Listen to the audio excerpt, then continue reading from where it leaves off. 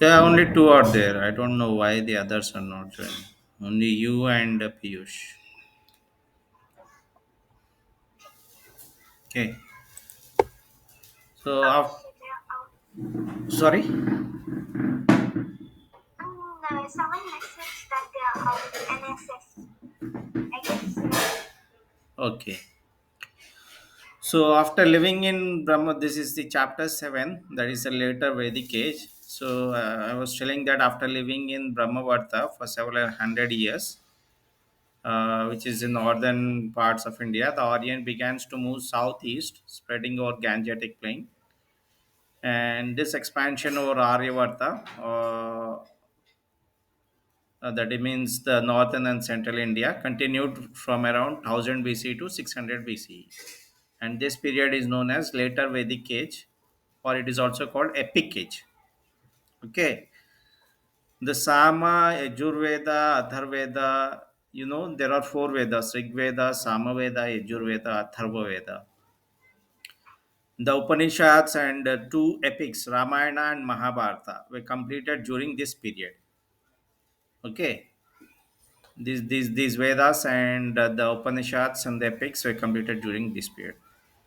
The later Vedic age marks the beginning of Iron Age in India. Means during this period, the people started using the iron tools made with the iron.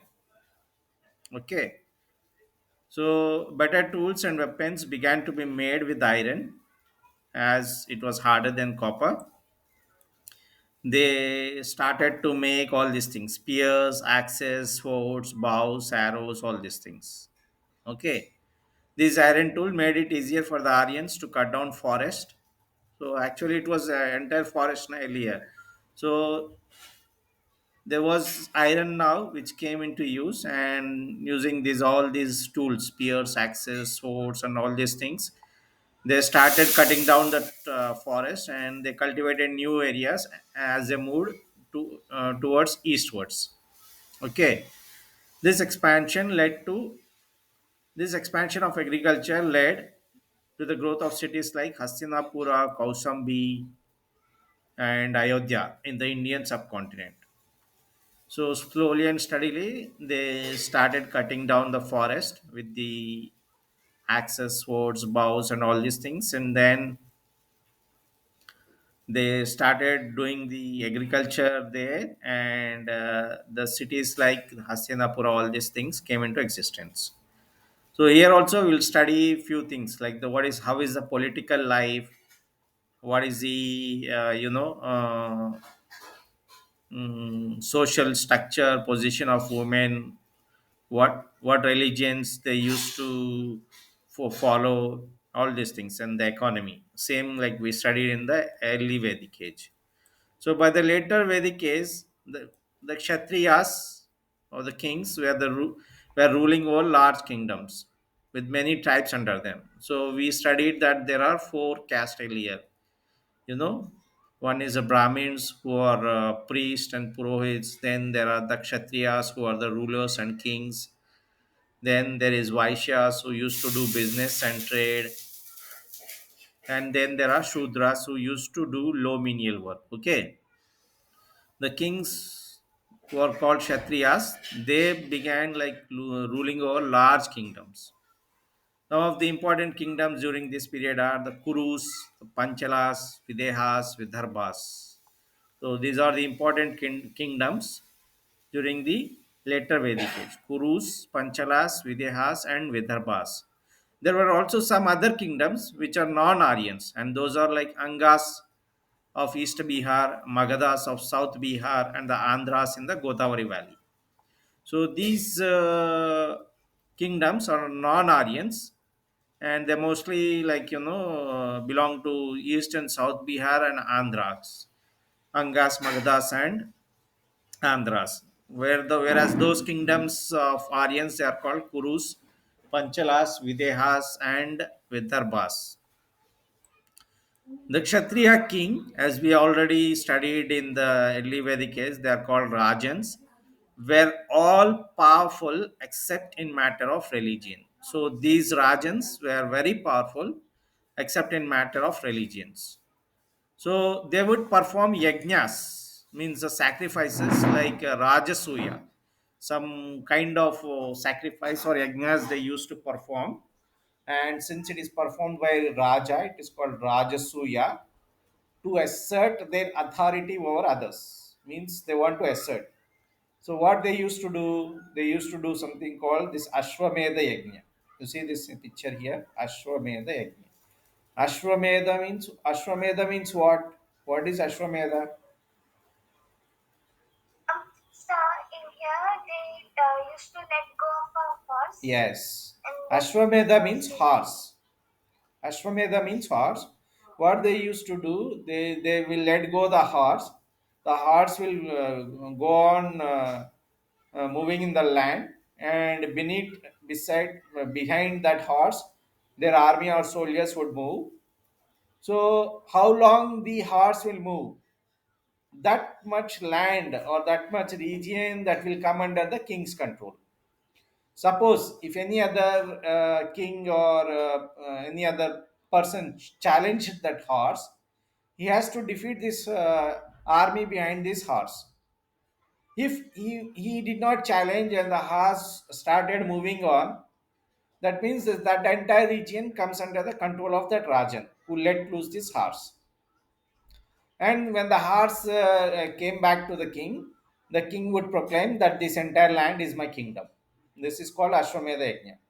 Only powerful kings performed this yajna, Ashwamedha Yajna. During this yajna, a horse was let loose to wander for a year. For 1 year, it will be allowed to let loose. Means it will wander. It will go on like walking or moving to the places that it likes. So it let loose wander for about a year. Okay, then an army of strong soldiers followed and guarded the horse. Okay, rulers who captured the horse were challenged and had to defeat the army accompanying it. Okay, so behind the horse there was an army and soldiers. If any ruler captured that horse, then he has to challenge the army behind it. When the horse returned, the king proclaimed himself the Chakravarti. Chakravarti means I am the king, I am the ruler, I am the you know supreme authority over this.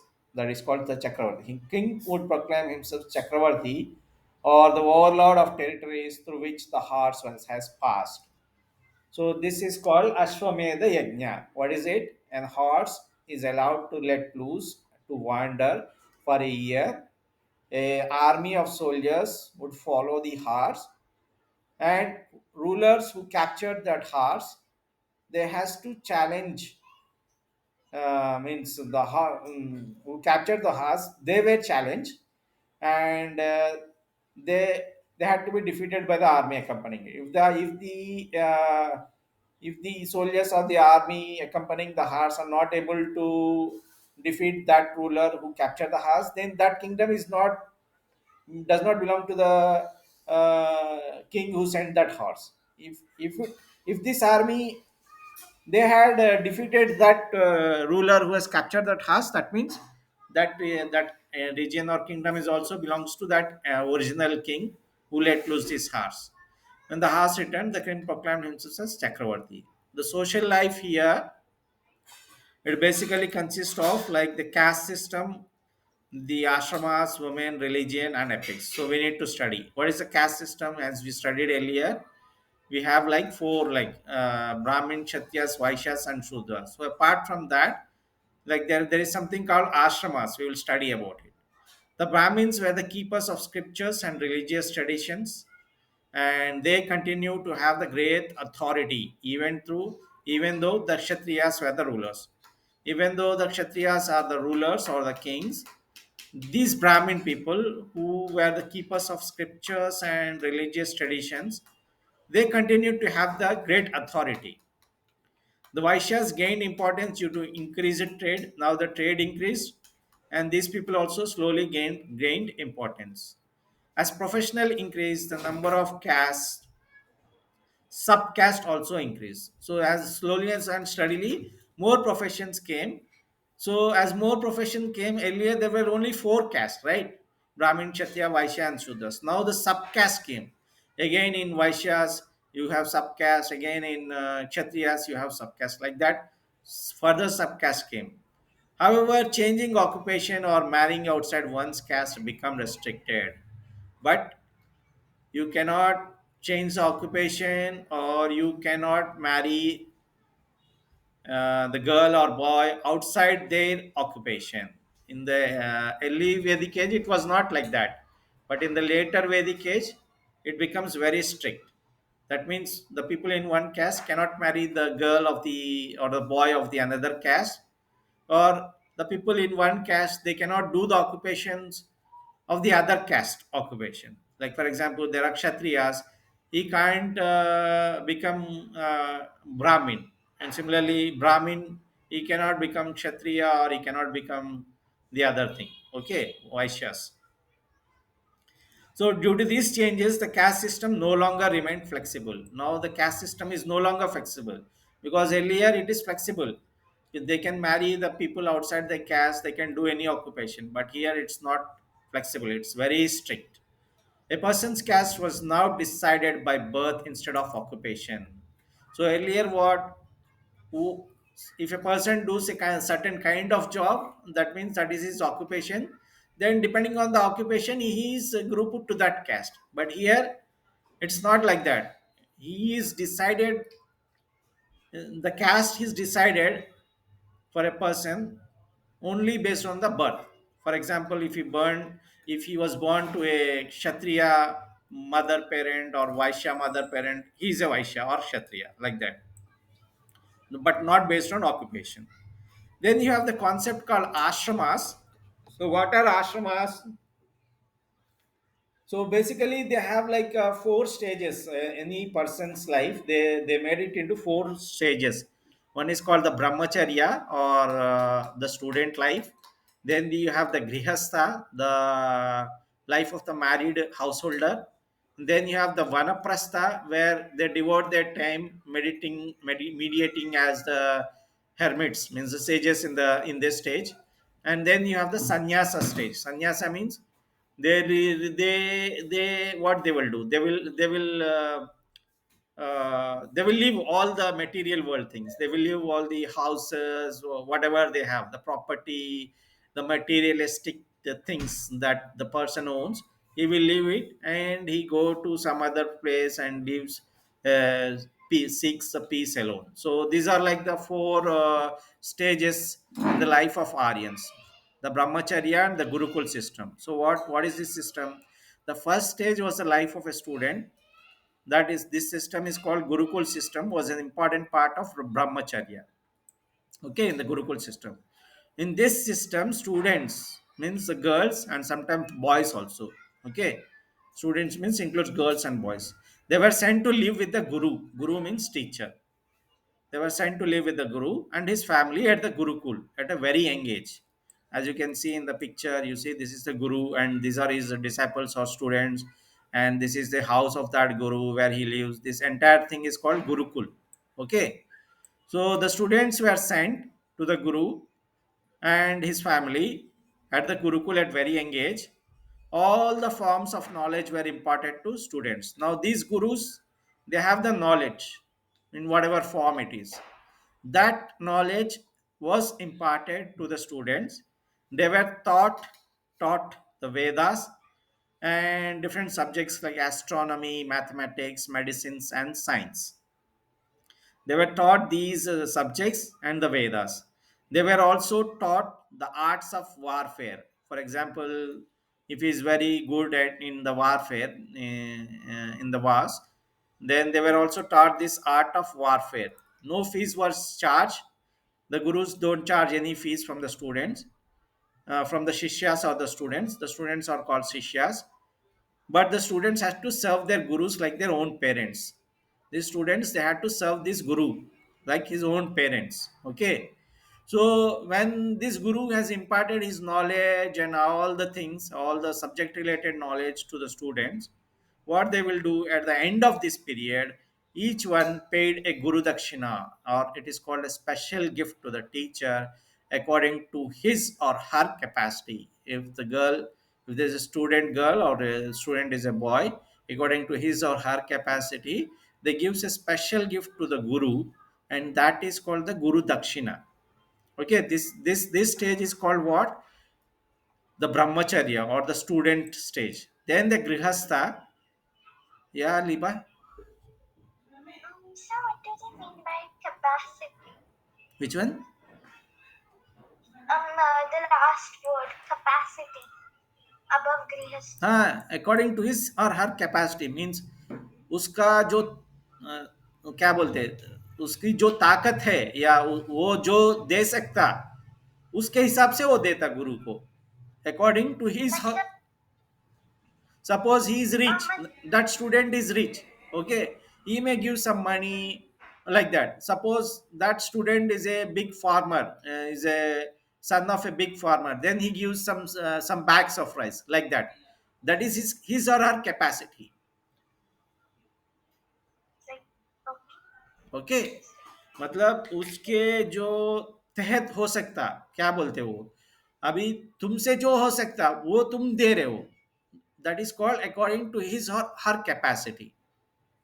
Now, for example, if I tell you write 100 pages of some work, you can't do right in a day or 2 day. You can do only 1 or 2 day. That is your capacity. That is your ability. Okay, so that is what the capacity is. If the student is very rich, he can give the money, or he is from a very good farming father and mother society. He came from it. He can give the bags of rice, or whatever they can do, they will give. If they have much land, they can give a part of land to the guru like that. Oh, Got okay. it, Piyush? You got this doubt according to his or her capacity? Yeah. Sorry. He's saying yes, sir. Okay, good. Then the Grihastha, this was the life of a married householder. Men and women had to perform their duties as a husband and wife. This is the life of the married person. Then you have the Vanaprastha. They devote their time mediating as hermits in this stage, often with their wives. So, for example, you can say the Rama. He spent his life as a hermit. Similarly, in the Mahabharata, you have the Pandavas, the five Pandavas, staying some part of their life in the forest as hermits. So that life where they stay in the forest as hermits is called Vanaprastha. And then the sannyasa, they leave their all the material belongings. They whatever the property or the material things they have, like land, the money, whatever the things they have, that is called the material belongings, and they seek peace alone. Yes. I'm so sorry, but what is the meaning of a hermit? Hermit is like the stage of like a sage. They go and live in the forest. You can check it here also. You will get like how it is, like what is hermit stage during Aryans. Like you can study. You can go here.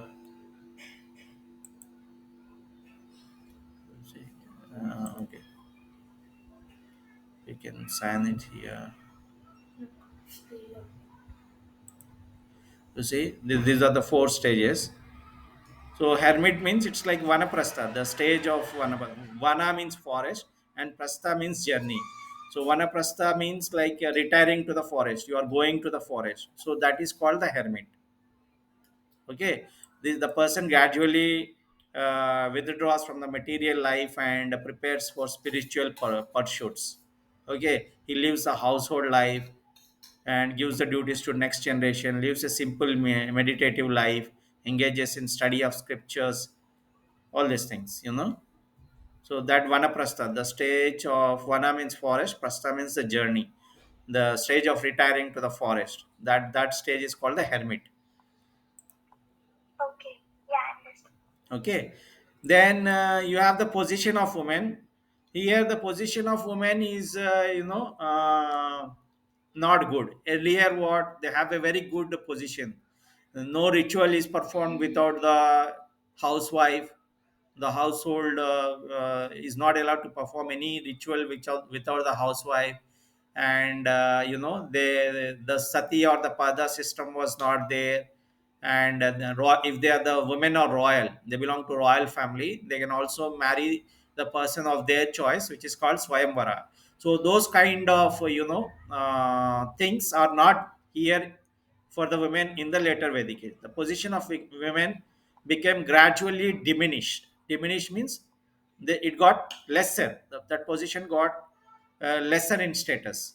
Gradually became greatly diminished by later Vedic age.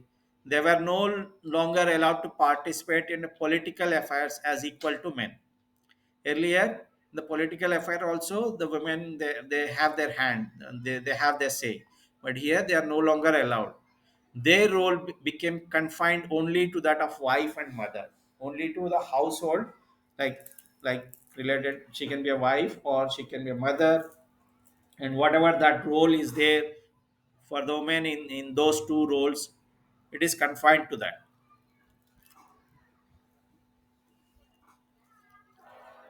This is how the position of women is. Next, religion. Religion became more complex and filled with rituals during later Vedic age. The Brahma, Vishnu, and Shiva are the three most important gods. Yes, Piyush,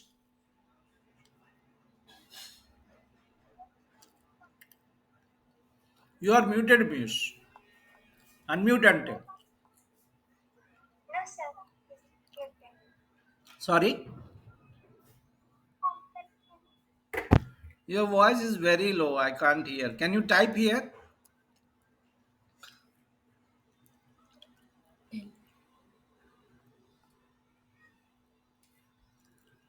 I did not get your question. Can you type here?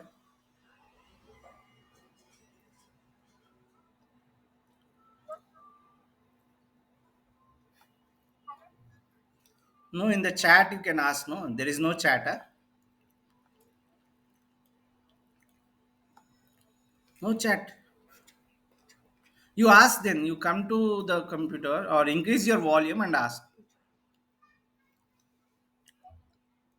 You are mute again. You are mute.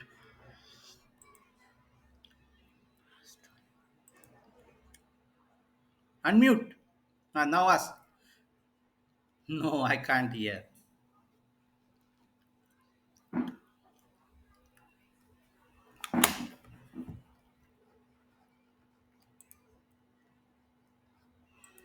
इधर इधर जाना उधर एक minute.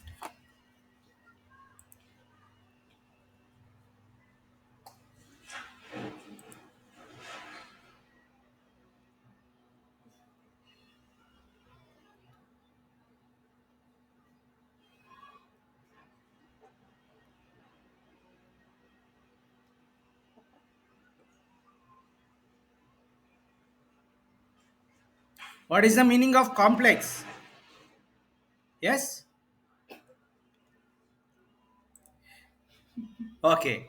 Complex means very that which is not easy. That is called complex. Means very difficult one or very you can say how you can Hard. say. Sorry. Hard. Hard you can say, very hard or this thing. It's not It simple was one. not. Which is It not was simple very. is called complex.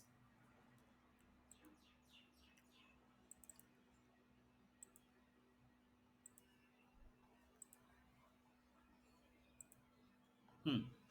Plus. Okay, got it. That is called complex. But where that word came, complex. Okay, here. Religion became more complex and filled with the rituals during the later Vedic age. So these are the important gods here: Brahma, Vishnu, and who is the other god? Shiva. Shiva. Shiva.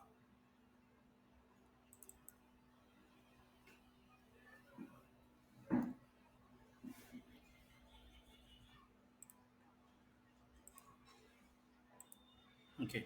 Wait. We'll increase this one. So, Yes, so Leba. I'm is that Ramayana the same thing? Sorry, Leba. Is Mahabharata and Ramayana the same thing? No, both are different. Those are two epics. We'll study that one. I will tell you. Brahma, Vishnu, and Shiva are important gods. Rama, Krishna, and Durga were all the new gods who were worshipped. Earlier, those three gods. Now, these three more gods: Rama, Krishna, and Durga, goddess Durga. Most of the gods of this period are still worshipped in India. So, whatever the modern Hindus that they practice, many practices of modern Hindus can be traced back to later Vedic age. Okay, so there are two epics. So, 10 minutes are there. In few minutes, we will try to complete, and then if possible, we'll join another session. I will tell you. So there are two epics that are written, Ramayana and Mahabharata. Ramayana is written by Valmiki and Mahabharata was compiled by Maharshi Vedavyas. Okay. So these are the, what are the epics? These are long poetic accounts of great heroes and their brave deeds. Okay. That is, those are called epics. So in the Ramayana, we have the story of Rama. So you can see this one, like basically it tells us like he's a heir or a king to the throne of Ayodhya. He was the son of King Dasharatha. He was exiled, means he was sent to a forest to live for 14 years to keep the promise he made to his wife Kaikeyi. This Dasharatha king, she has one wife called Kaikeyi, and for the promise that made to Kaikeyi, Dasharatha sent Rama to forest for 14 years. Rama lived in the forest as a hermit, just now we discussed, with Lakshmana, his brother, and Sita. Now, when they were living in forest, there was one king, Ravana. This is a Ravana who lived. He was the king of the Lanka. He came and he took away. He abducted the Sita. Okay, this is Sita, the wife of Rama. I will come back to you, Piyush. Just let me complete this one. So after rescuing Sita, Rama returned to Ayodhya and ruled the kingdom wisely. So this is the entire story of Ramayana. Ramayana stands for triumph of good over evil. Even today, many Hindus, Rama is the symbol of Purushottam, means the best among the men. Yes, Piyush?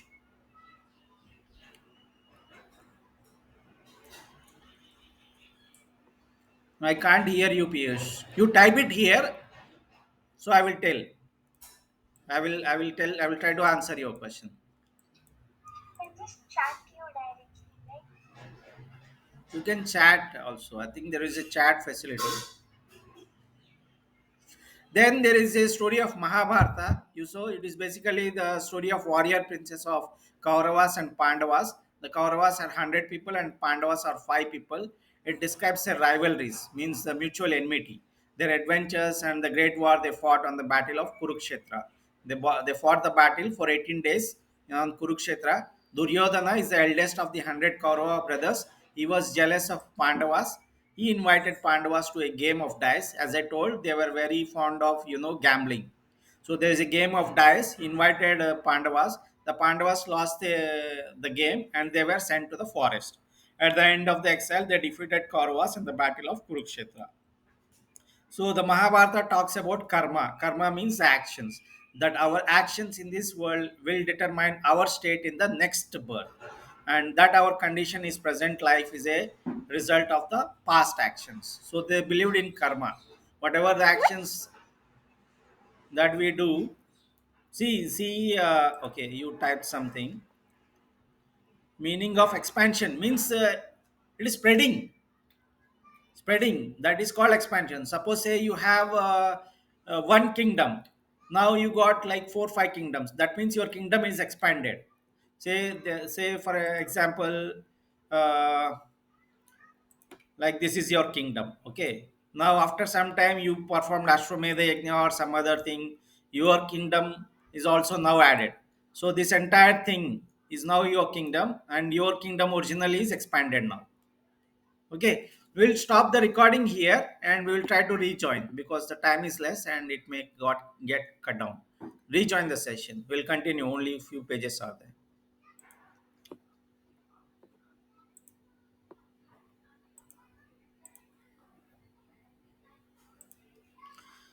Expansion का तो मालूम है तेरे को। But हम्म। ये मालूम। क्या दूसरा क्या पूछा था? कॉम्प्लेक्स। कॉम्प्लेक्स तो पता है ना। कॉम्प्लेक्स हम्म। मशीन। कॉम्प्लेक्स मतलब which is not easy, very difficult, hard.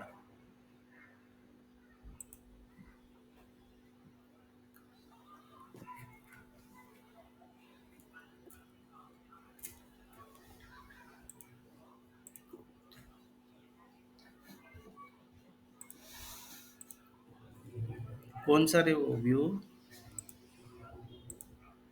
This and this right. Okay.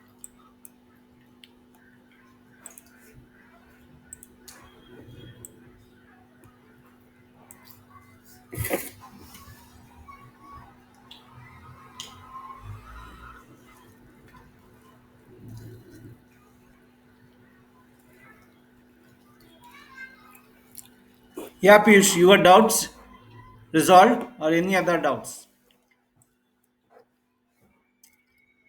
Hello, Piyush.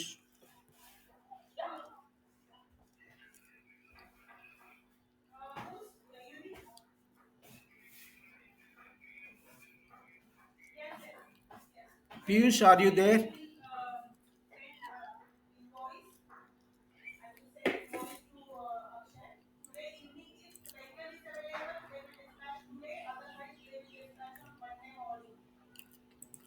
Your doubts resolved, Piyush, or any more doubts? Can you type? Can you type here if your doubts are resolved or not? Yes or no?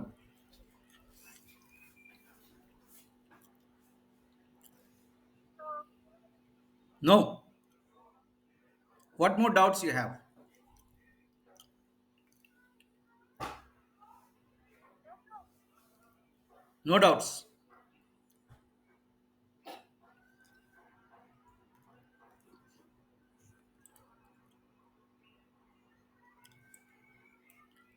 Okay. Where is Liba? What is this?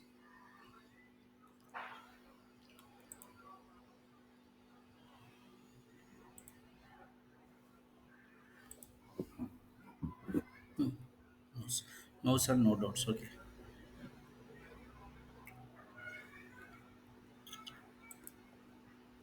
ये मैंने बस-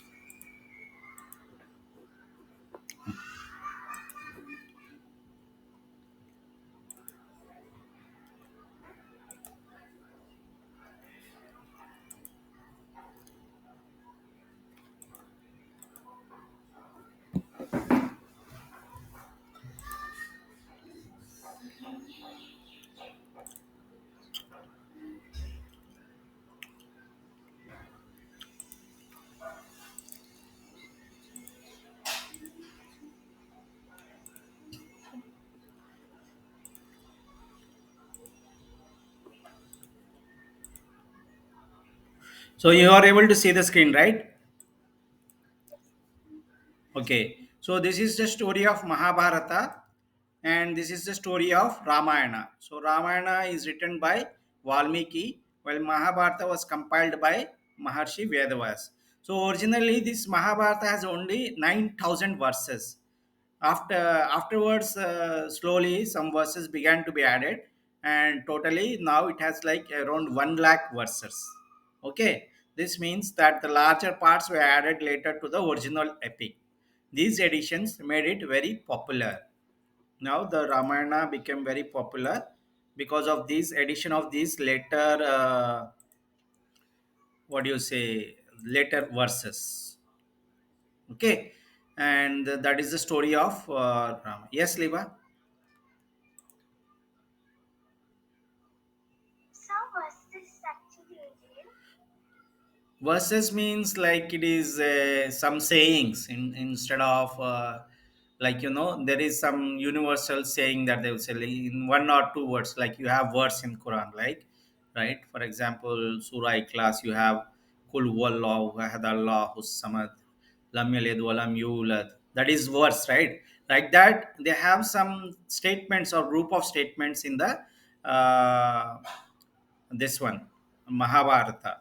So those are called the verses. Karmanye I know. Shivanu, something like that, because it is in the Sanskrit, I don't remember. So those teachings, for example, say karma is the everyone has to go with the karma. Whatever the actions is do, depending on his actions, he will bear his life in the next world, in the next birth. So like that, the teachings that are there, those are called the verses. The Bhagavad Gita is a part of Mahabharata, and it is the holy book of the Hindus. It is basically a part of the Mahabharata. Totally, originally, how many? 9,000 verses. Later on, they began to add more verses, and that's how the Bhagavad Gita came. And it is like the holy book for the Hindus. Then the economy. Agriculture became the most important occupation of later Vedic age people. This is because of stronger and sharper tools, because iron came into use in existence. They were used to create the tools with the help of the iron. Inland trade was carried out with the Kiratas. Kiratas is like a mountain tribe, so they used to carry that trade with the Kiratas. Overseas trade was also possibly in operation. The unit of exchange was gold bar. The gold bar is called Nishka. Earlier, what the barter system? I will give you cows, you give me some bags of rice, like that kind of system. But now they have the gold bar. So I will give you these many gold bars, you give me that much amount. So that is called, this is also a barter system, but now they used to trade in gold bars. Yes, Liba? Yes, Piyush? So actually, in the back, I was actually asking, what are these two real? Which two real? Mahabharata and Ramayana. Those are the epics written by those two stages, like you can say as the imaginary work of art done by those stages. So we can't say it is for real, but it is like, the imaginary kind of the epic, because it may be real or it may not be real, because we don't know, we haven't lived in that period, right? So that is what it is. In the earlier page it was there, I think we missed that part. We go there, if so, if you understand what is like epic, you will understand if it is real or not. Epics are long poetic accounts of lives of great heroes and their brave deeds. They could be based on real events, imaginary ones, or combination of both. It can be a real, or it can be imaginary, or it can be a combination of both. So these two epics, Ramayana and Mahabharata, these are the epics done by the great people, the Valmiki and the Maharshi Vedavyas. Now, is it clarified your doubt? Yeah, yeah. Thank you Hmm. so much. So I forgot to tell this statement. So that answers your question. This could be epics. Epic is what? Long poetic accounts of lives of great heroes. And w- if what if they are true or not? Your question for that, it could be based on real events or imaginary ones or a combination of both. So it was, since it was very thousands of years back, we don't know for sure if it is for real, or if it is completely imaginary. Okay. Say, Piyush, you also asked one doubt, right? What is your doubt? What is the meaning of karma? Karma means action. That thing, whatever the you do, you have to bear the result for your actions. That is called karma. Okay, sir. Okay, good. And they used to, unit of exchange was a gold bar. It is called Nishka. And the panis, a class of merchants, they control the trade. These panis control the trade. So here you need to know what is Ramayana, what is Mahabharata, how many verses are there initially in the Mahabharata. And in Ramayana we deal with the life of story of Rama, who is a heir to the king of Ayodhya. So his father is like Dasharatha. He has many wives. Uh, Kaushalya, Sumitra, Kaikeyi, like three or four wives are there. So in one of the wife is Kaikeyi. So he gives a word to the Kaikeyi that he will send Rama to the forest for 14 years. So at the end of the forest, So while they were living in the forest, so Rama goes to the forest along with his brother Lakshmana and wife Sita. When they were living in forest, this another ruler of Lanka, who is Ravana, he came and he abducts Sita, and afterwards Rama fights with Ravana, and he comes back and rules Ayodhya. This is the entire story of Ramayana. This is called Purushottam, means the best among the men. Then the Mahabharata, you have the stories of Kauravas and Pandavas, 100 Kauravas, 5 Pandavas. So Kauravas invite the Pandavas in the game of dice, the Pandavas lose. So as a result of losing, they were sent to the forest. So after completing their forest Vanaprastha stage, they come back and they will defeat the Kauravas, and they rule. So that is the story of Mahabharata. It is basically the war is fought in Kurukshetra. Yes, Piyush?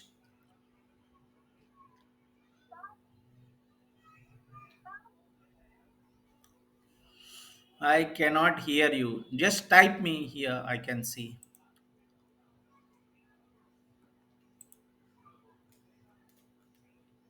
Can you type? You have more doubt?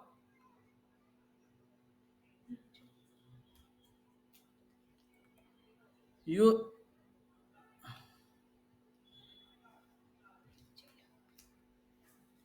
Piyush, can you come? Like, can you enable your video and ask? I'm sure.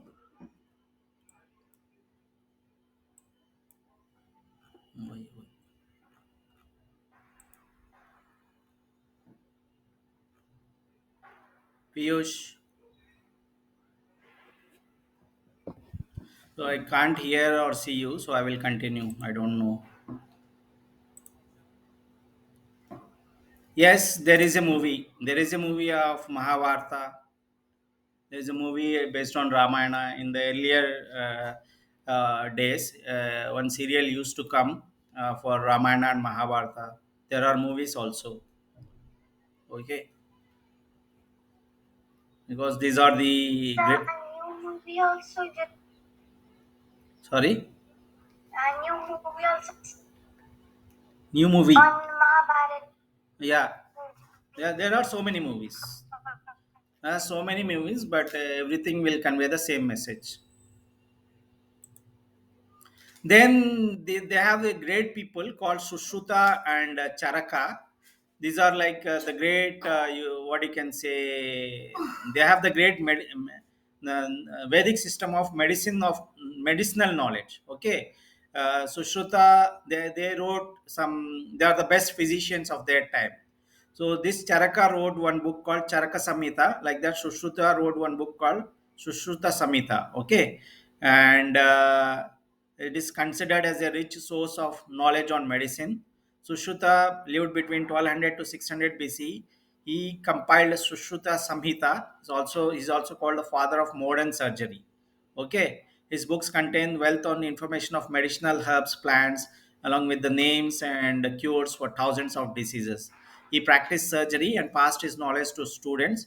So some of his students, it is said that they had to practice the surgery, like the finer details of surgery on soft vegetables, like cutting on gourds or the other vegetables, thousands of times to gain the perfection.